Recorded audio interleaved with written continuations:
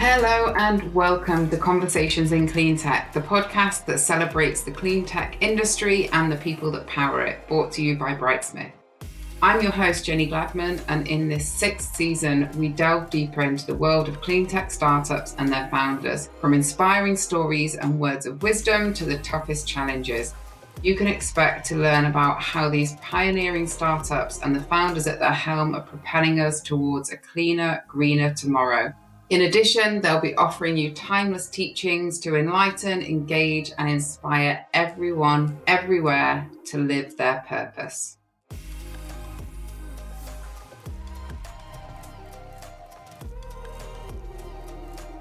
So today's guest is an extremely interesting person. He started his first business to pay his way through university. He is a serial entrepreneur, father of two, and quite literally runs hundreds of miles for fun, which is an interesting concept to me. So today's guest is the founder and CEO of Undo Carbon Removal, Jim Mann. So for those of you that are not familiar with Undo, they've developed pioneering carbon removal technology that can capture huge amounts of CO2 from the atmosphere. So I will let Jim tell you much more about it. I think he's a lot more well positioned to do that than I am. So Jim, welcome to Conversations in Cleantech. Thank you. Yeah, so what do we do?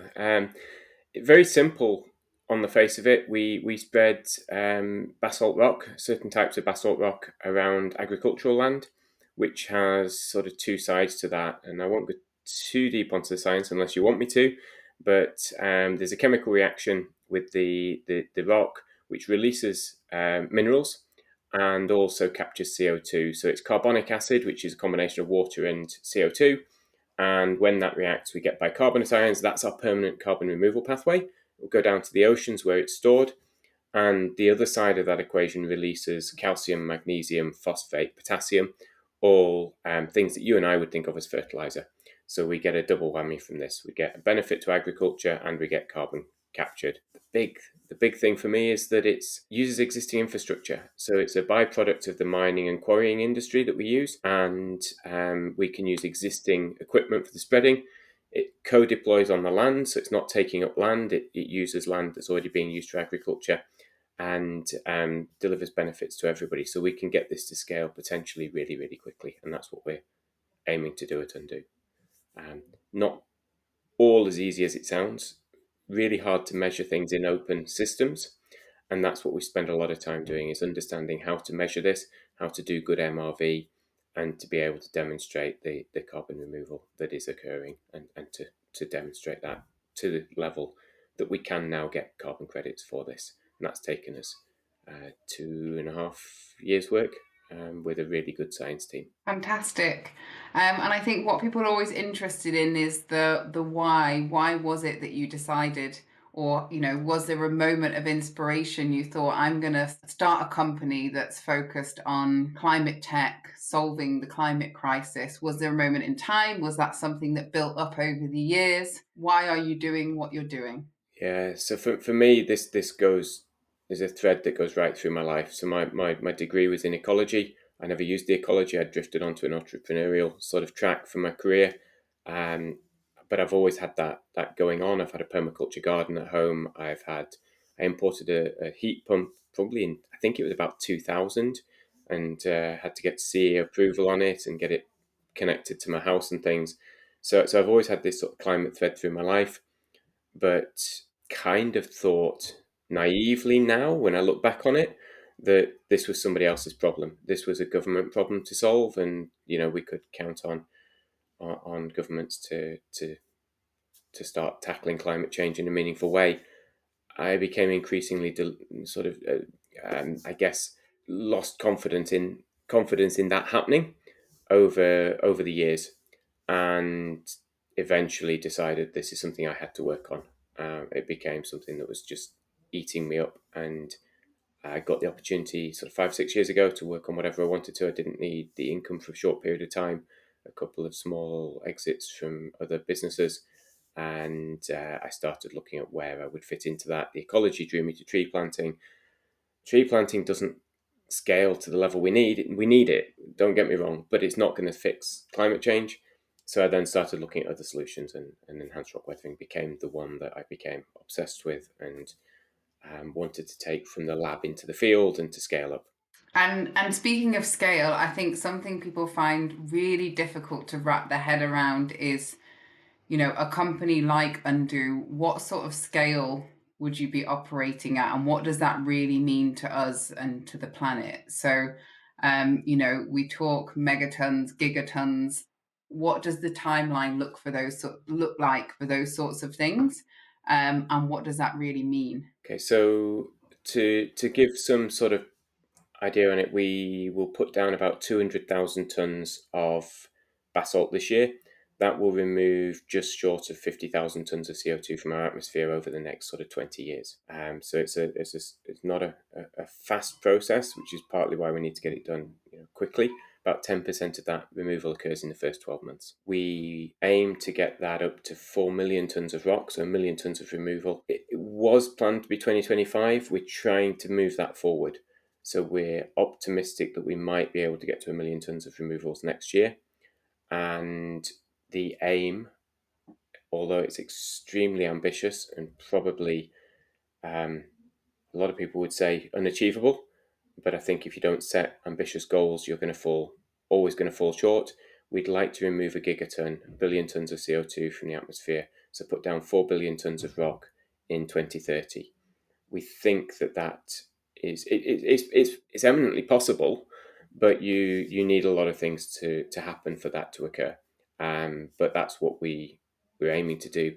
To give you an idea where direct air capture is likely to be in 2025, Carbon Engineering, who are probably the most ambitious carbon removal company on the planet, albeit that they don't build the projects themselves, they design the technology and license the technology. We'll be looking to do 500,000 tons of removal, I think it is, by 2025 is their target. So the potential for weathering to become one of the leading technologies in this space is very much there. And in terms of other people doing a similar thing, is there something that makes you unique? So I think there's a number of things that really matter in what we're doing. So when you look at this isn't just chucking a bit of rock around a field. It's the measuring that's the difficult bit. So you've got to you start off with your mineralogy of the rock and really understanding the rock, really understanding the chemistry as well. So what are you putting onto agricultural fields? What's the heavy metal contents? Is this safe to do? What are the agricultural or agronomic benefits going to be that come from it? Because that's obviously part of the equation, is how does this benefit farmers? And then tracking it through, being able to actually get all the data you need to be able to certify a carbon credit is hard. And we need to make sure this is high quality carbon credits and then your MRV into the future. So that entire stack that we run across is the critical part of what's going on here. And so there's multiple bits to it that are difficult, and combining those is what makes us unique today. Fantastic. And you talked about a number of things that need to happen to allow you to achieve the success you want to reach just by 2030. What sort of things are they that need to line up? What are the hurdles you need to overcome? So we need the market to grow enough to actually fund this. We are in negative cash flow when we put rock on the ground because it's a multi-year process or multi-decade process, but the majority of it being the carbon removal being produced in the first few years. So that's a challenge. Um, they're probably the two biggest ones now. If you'd asked me 6 months ago, I'd have said that the science was still needed some breakthroughs. We've got those breakthroughs now, and the technology for the tracking is really robust. The methodology is now there. The first methodologies are out. They probably will improve over the coming years, and will probably exceed the standards within those methodologies. But yeah, it's all a lot of the components are falling into place. The big challenge will be financing this through sales and through futures contracts and things like that. And in terms of the capital you've raised so far, how has that experience been? It's the entrepreneur's kind of dream and nightmare all at the same time.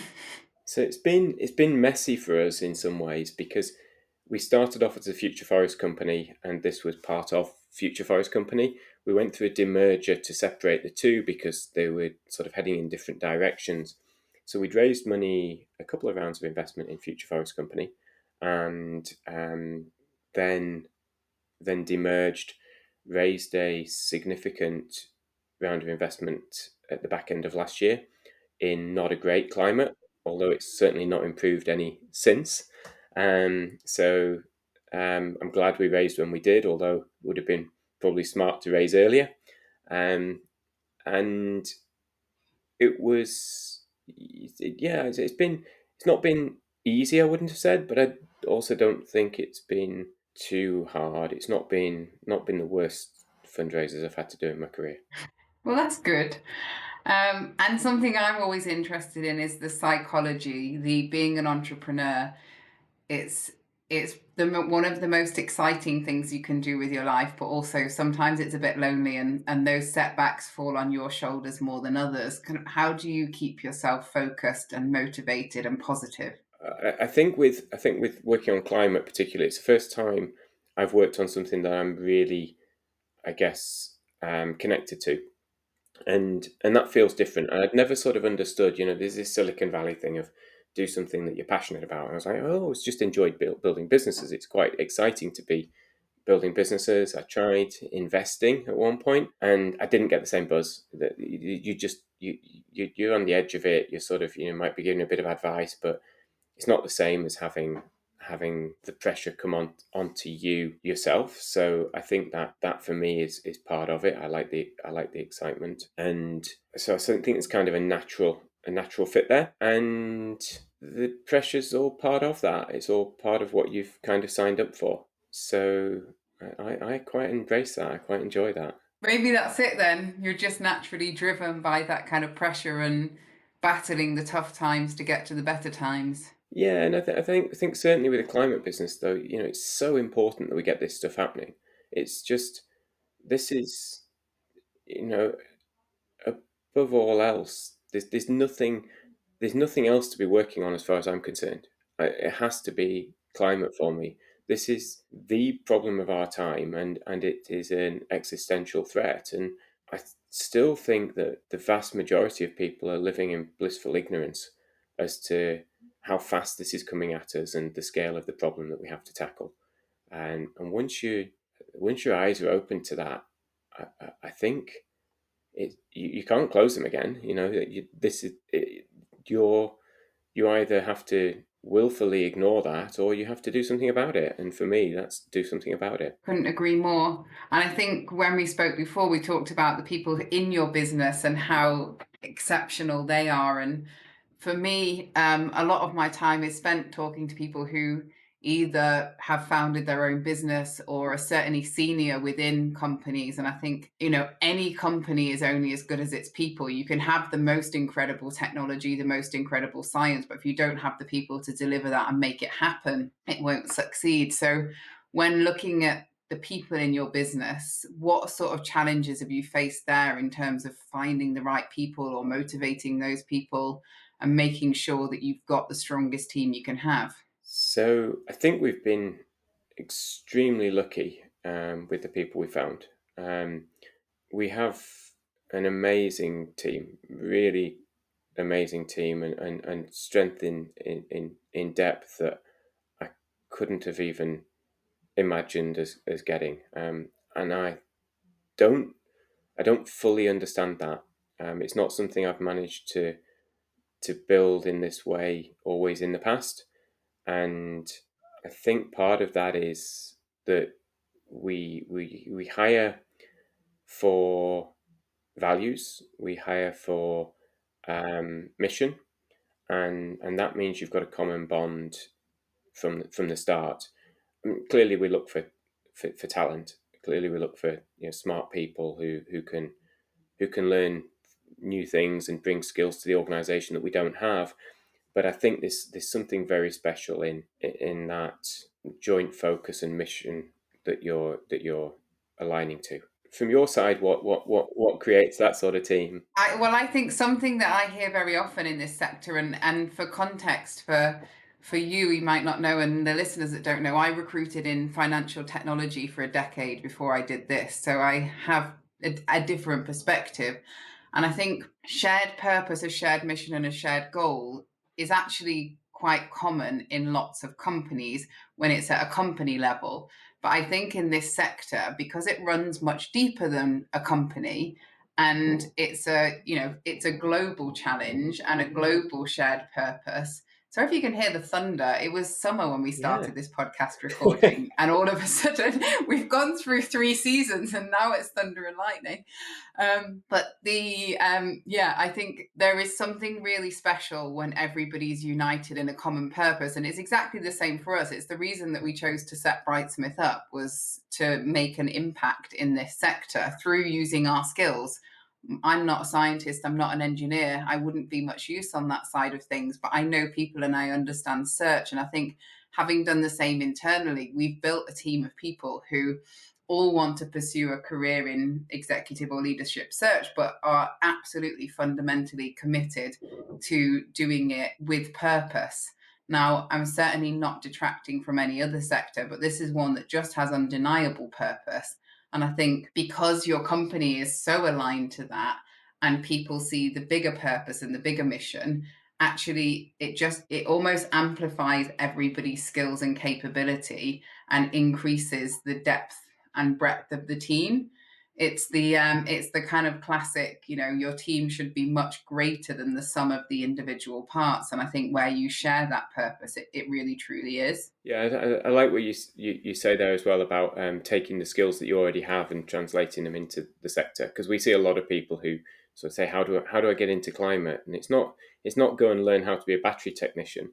It's what skills do you already have? Bring them across, because we desperately need those skills, or maybe not us right now, but some organization, some company in climate needs those skills that you already have, and just bring those skills. Don't look at your skills and sort of say this isn't climate skills. Everything's climate skills. We've got to build companies. We've got to build really big companies in a space of time that we've never built companies of that scale before. So that means every skill that exists in any company is going to be required.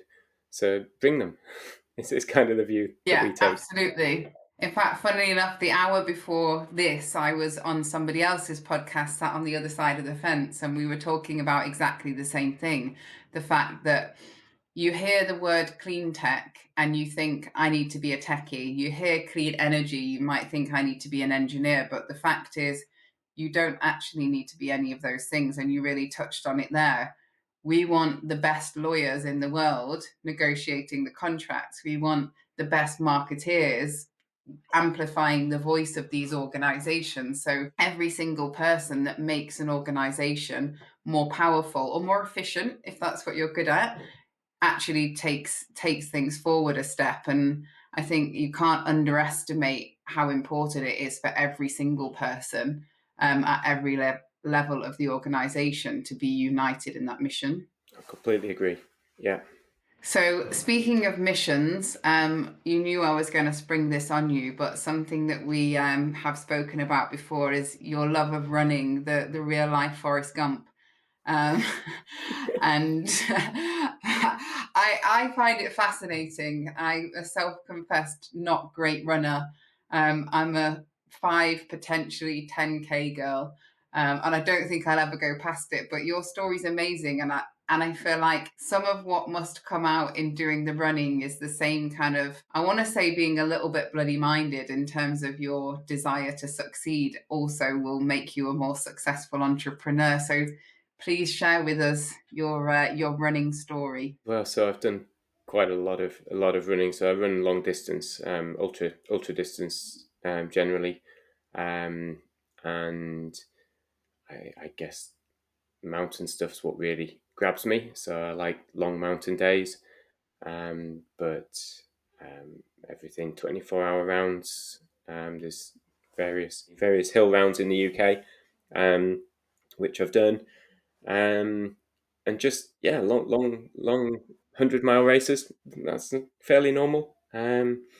Sometimes longer, but ideally in big mountains, Alps or the UK's. The UK's little mountains can be quite entertaining. They tend to be a bit more unpredictable from a weather perspective. So challenging in different ways, I guess. But yeah, I enjoy the mountains and long days out. And what do you get out of it? Like, is there a real sense of achievement at the end, or is it really along the way that you just truly enjoy what you're doing? I think there's times you don't enjoy it. Definitely don't. There's times when Okay. it's not enjoyable. So there's something enjoyable about completing some of these challenges, but particularly when you don't know you can do it. I think that's the most satisfying experiences, the ones you're not sure you can do, and then do complete. I do enjoy it generally, but you will inevitably go through dark spells on a 100-mile race. Your body sort of falls apart to some extent. So you're anticipating that happening, but it's also real escapism. Um, there's there's something there's something very peaceful about being in the mountains at night and finding your way through that landscape, and you can't really be thinking about I do sort of think about work quite a lot when I'm running, but you can't always be thinking about work if you've got difficult navigation to do in the night at night in mountains. You're fairly focused on what you're doing, so there's definitely an escapism thing. And I won't take my phone. I mean, that's one of my rules, and I get in trouble sometimes for that at home. That I won't carry a phone even if I'm out on my own in the mountains. I don't want that connection, and the argument is always, well, just turn it off. It's like, yeah, but it's still there. It's with me, and I want to be disconnected from work, not accessible, not tempted to check emails, not tempted to check messages. It's that's my time. Once I've left my phone and gone out into the mountains, I'm totally out of office. Maybe that's it. Maybe that's the kind of the down to the up. Everyone needs their reset. And I touched on there the kind of comparisons in traits, but I like to ask everyone who's founded a business and has been successful, what kind of traits that you think are important for an entrepreneur to have to be successful. So I, I think it takes all types. I mean, if you look at successful entrepreneurs, there is no model. People often look to your swashbuckling sort of Richard Branson characters, but they're not typical. They just stand out because of their media presence and things, I think. So there's definitely something in tenacity and in keeping going because it's hard. And I think every founder you speak with acknowledges that. It's never easy, it's never straightforward, and there's lots of setbacks along the way. So you're trying to do something hard, and being prepared to keep going when it's tough, I think is a key trait. I'm sure there's a ton of others that really contribute, but I think the way I would frame those is more by recognizing an ability to be quite challenging to yourself and to understand what you're not good at, and be prepared to rely on other people to do the things that you're not good at, and always find people that are better than you at everything they do. And that's one of the things I really love about the team we have now is you look across the team, and we have really talented people in so many roles that they're all doing a better job than I could possibly do of what they're doing. And that's really satisfying because you're never looking at their work sort of thinking, are they doing this right? Should I pick this up? And I think recognizing that is actually something that takes probably a bit of practice, actually, as well as ability to reflect on what you're not good at. And I think quite often people that start their own companies have an element of control freak in them as well. And there's a lesson learned to relinquish control and, as you said, put other people in charge of really important aspects of your business, which are critical to its success, and to trust them. Yeah, and to let them get on and do it. Because I think, and I find that very easy with really talented people. And it's when you've possibly got people who you're not as confident in, that you're tempted to interfere, and that's maybe one of the warning signs that something isn't quite right. But yeah, I definitely agree with that. And good people, really good people, don't like it when they're not trusted. They want to be able to get on and do things, and they need that space to really flourish. If you want to get the best out of them, they've got to have that space. Yeah. And I think really good people will also tell you when they're struggling as well. Yes, and that becomes a cultural aspect as well of making it okay to be finding things difficult. What are you struggling with? Can we find solutions? Because there's a whole load of other talented people here who might have seen this before or can help you find the solutions. And even good people will struggle with things. You're asking them to do things they've not done before. So I completely agree with that, and that's part of the openness that's essential as well. And thinking of our listener base for this series, given that the series is exclusively focused on founders of companies, for those people out there that are thinking about this or considering founding their own business, is there any advice you'd have to them? It can be the positives, it could be the pitfalls to avoid, but if you could give them a couple of tips before they start off on that journey, what would they be? So to get on with it would be the first one, because I think if they're thinking about doing it, so if they've got that itch, then just do it. There is no playbook. There is not a lot of advice I think I can really give on how to do it, what to do, but just do it. um, because you see a lot of people who think they want to do it and spend a long time procrastinating and finding lots of reasons not to do it. Ultimately, just try, see what happens. And what's the worst that can happen? If you set things up properly and structure them properly, you can cover your downside risks pretty effectively. And I think then talk to lots of people.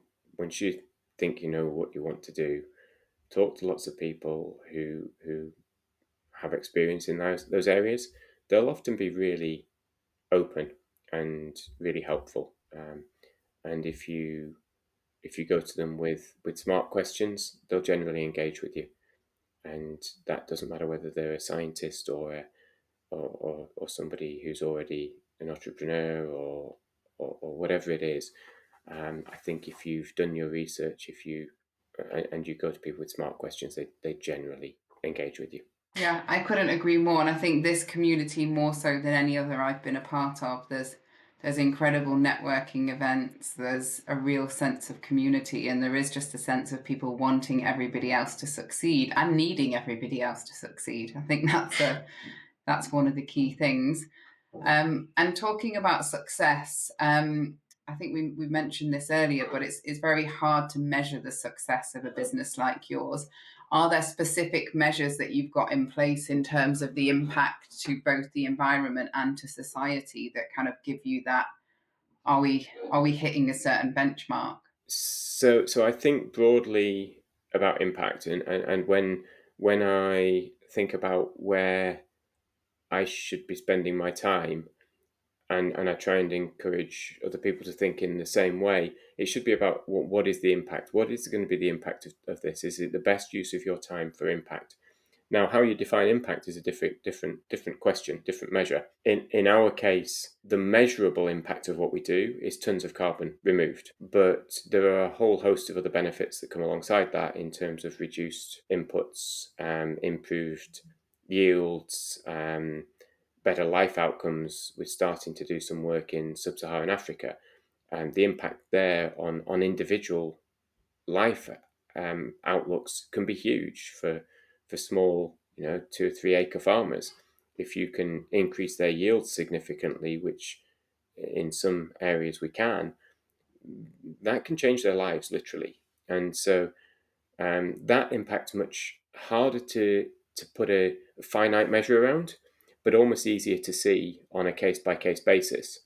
So I think, yeah, the measurable one is tons of carbon removed, and we have some very clear goals set by the IPCC that we collectively need to be hitting, and we need to think about our contribution towards that and how much we can remove as an organisation.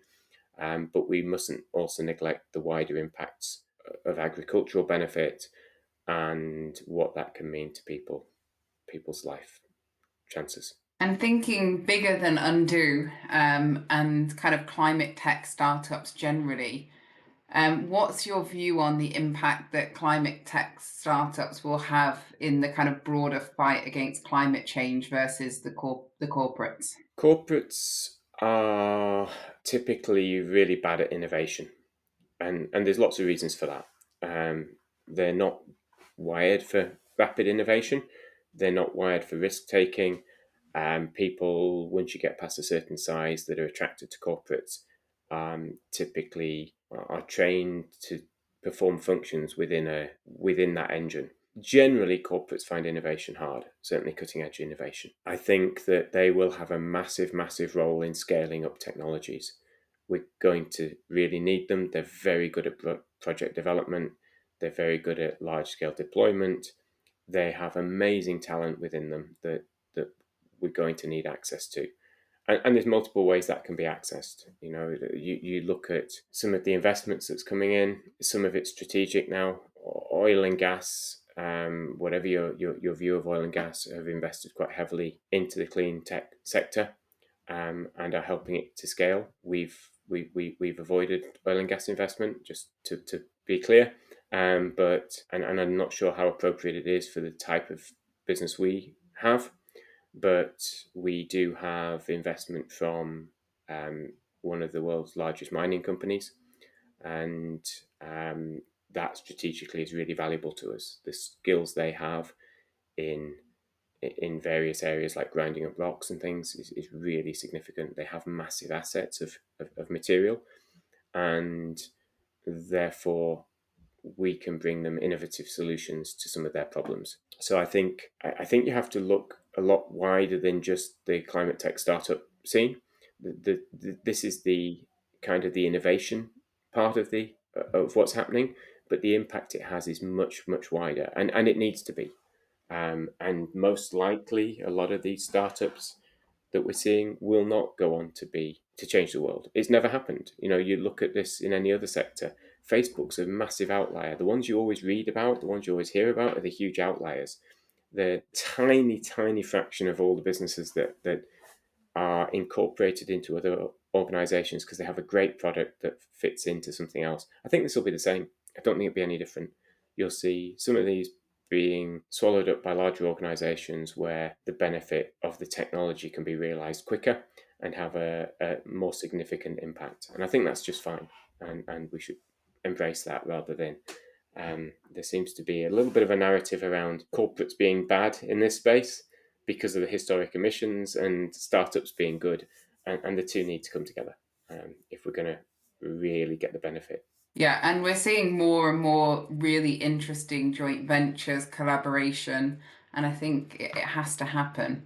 And everybody, in the same way we talked about the individuals in a company being more powerful together, the companies themselves collaborating become more powerful together. So that was actually going to be my last question on trends. I guess that's probably a trend in itself that we just touched on, but kind of final thoughts on trends for the sector and what you can envisage over the next few years. So I'm quite nervous because of the general funding landscape. We're seeing a big drop off in later stage funding, and that worries me to an extent. I think that probably means that we will see more startups get swallowed up quicker into bigger organizations. I don't think that means that what they're doing isn't valuable. I think it'll just be realized in a different way. And I think we will see far more of the corporates start having to address their